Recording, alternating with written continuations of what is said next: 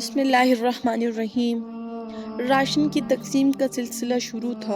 ایک پرانے مکان پہ نظر پڑی، اس کا دروازہ کھٹکھٹانا چاہا ہی تھا کہ ساتھ میں آنے والے محلے کے ایک فرد نے منع کر دیا۔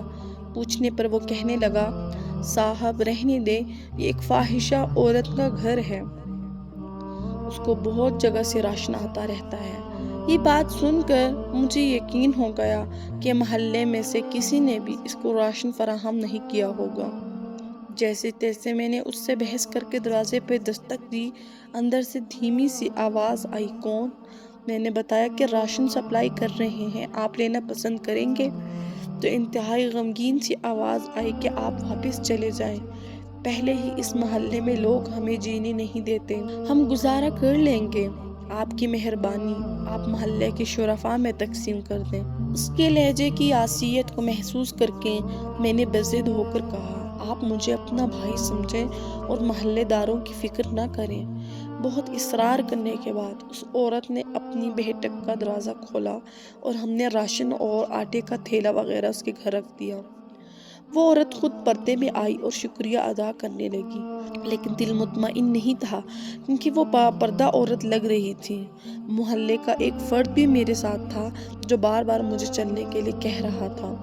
اس فرد کی باتوں کو نظر انداز کر کے میں نے یوں تو ہمت کی اور اس عورت سے پوچھ لیا کہ بہن، آپ نے ایسا کیوں کہا کہ آپ کے گھر میں راشن موجود ہے؟ کہنے لگی، بھائی، گھر میں آلو پڑے ہیں جو پچھلے ایک ہفتے سے بنا کے کھا رہے ہیں، محلے میں سے کسی نے خبر تک نہ لی، عورتیں میرے گھر نہیں آتی۔ میں نے پوچھا، ایسا کیوں ہے میری بہن؟ وہ بے کس عورت آنکھوں میں آنسو لیے بولی، میری خاوند کی وفات کو 2 سال کا عرصہ ہو گیا ہے۔ اس وقت بہت حالات اچھے تھے، میرے 2 بچے ہیں، کچھ وقت ٹھیک گزرا، میرے والد میرے لیے جتنا کر سکتے تھے کرتے رہے۔ ان کی وفات کے بعد حالات خراب ہونا شروع ہو گئے، بچوں کا اور گھر کا نظام مشکل ہو گیا۔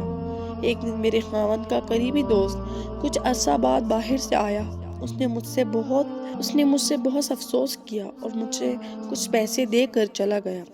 پھر وہ کچھ دن بعد آیا اور مجھے گھر کا کچھ راشن دے گیا۔ دوسری دفعہ لوگوں نے جب میرے دروازے پہ گاڑی کھڑی دیکھی تو طرح طرح کی باتیں کرنا شروع کر دی۔ پھر جب وہ واپس بیرونی ملک لوٹنے لگا تو جاتے ہوئے میرے گھر آیا اور کہا، بہن، یہ میرا نمبر ہے، آپ کو کسی بھی چیز کی ضرورت ہو تو اپنے بھائی سے کہنا، کسی محلے دار سے مانگنے کی ضرورت نہیں۔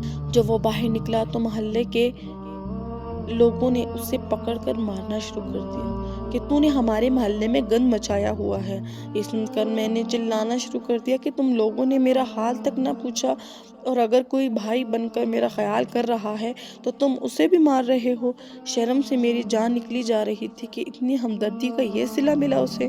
وہ بھائی ان کو سمجھاتا رہا کہ یہ میری بہن جیسی ہے، لیکن محلے کے لوگوں کو جیسے ایک تماشا ملا تھا لگانے کو۔